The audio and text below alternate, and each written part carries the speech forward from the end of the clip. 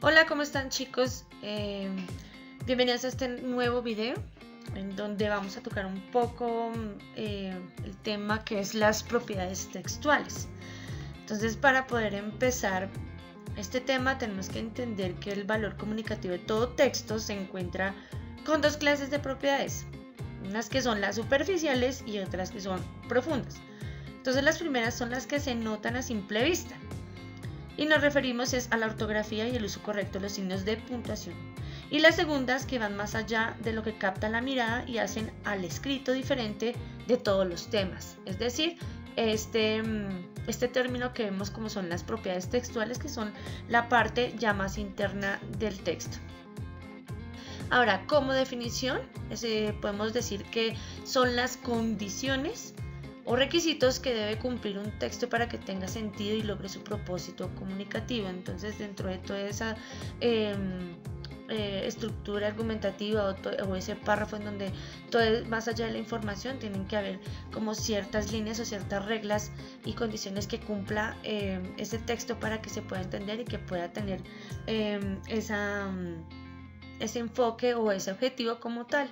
Entonces toda la regla, a nivel organizacional, porque tiene que haber unas ciertas pautas y cierto orden a nivel textual que debe cumplir el texto. Dentro de los tipos de las propiedades textuales podemos encontrar que son 4, pero básicamente dentro de la academia o específicamente dentro de nuestro ejercicio escrito podemos encontrar la coherencia, la cohesión y la adecuación. Mayormente las podemos percibir a simple vista. La gramática o el estilo ya es una cuestión ya mucho más trabajada y mucho más específica, en donde pues cumple ya otro tipo de condición o parámetro como tal dentro del texto, pero mayormente dentro del ejercicio escrito, donde asumimos el error y el ensayo y en los párrafos o cualquier tipo de texto que hagamos. Entonces la adecuación, la cohesión y la coherencia siempre están implícitas ahí y son las que permiten evidenciar los errores gramaticales, los errores de puntuación también, o los errores, por ejemplo, en términos de ideas, y darle una estructura al mismo texto. Podemos encontrar, ya hablando básicamente de las propiedades textuales, la primera de ellas es la adecuación. Entonces esto cumple el propósito de que cada texto ha sido escrito para ser utilizado en un momento y con un fin determinado. O sea, ese es como se podría reconocer, pero dentro del término dice que es la propiedad del texto que determina la variedad, o sea, dialectal o estándar, y el registro general, específico, oral, escrito, objetivo, subjetivo, formal o informal. O sea, de qué manera lo voy a enfocar, ¿sí? En el caso de la manera como se va a usar. En la comunicación oral, el uso de la lengua suele indicar la procedencia geográfica, social y generacional. Además, es un tipo de comunicación elegida para transmitir temas generales de bajo grado de formalidad y propósitos subjetivos. Ahora podemos ver la cohesión.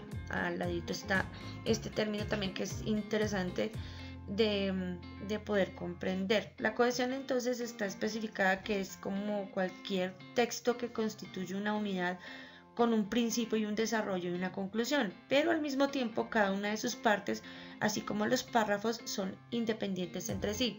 Esa cohesión entonces, ese es el nivel de organización en la estructura de cada texto. Entonces, sin permitir que en el momento que ustedes lean se generen ambigüedades, se generen como lagunas, se generen distorsiones o repeticiones que generen cansancio y que no permitan entenderlo, sino que es lo que está determinando la estructura y que se pueda ver de esa manera. Y por último tenemos la coherencia, que esas son las ideas de un escrito que están enlazadas de manera muy lógica y ordenadas mediante los nexos y los signos de puntuación para permitir la comprensión.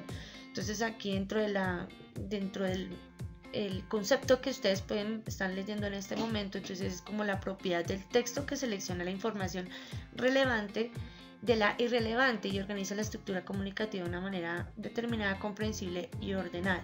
Entonces, para que lo podamos comprender muy sencillo, es que todas esas ideas se puedan terminar de manera muy sencilla, muy concreta, muy explícita, y dándole continuidad pues al tema que ustedes quieren escribir.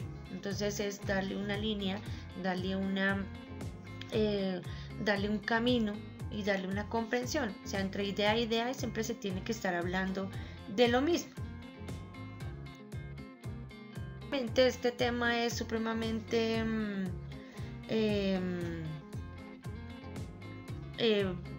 sencillo de entender, pero en la medida que es en la práctica, se va haciendo ese ejercicio, se va comprendiendo de una manera mucho más fluida, y dentro de la práctica de la construcción de textos es un ejercicio que no se aprende de un día para otro.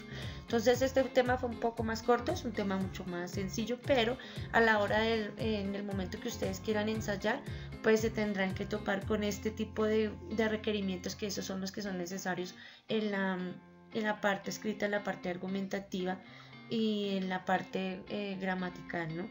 Entonces nos vemos en clase.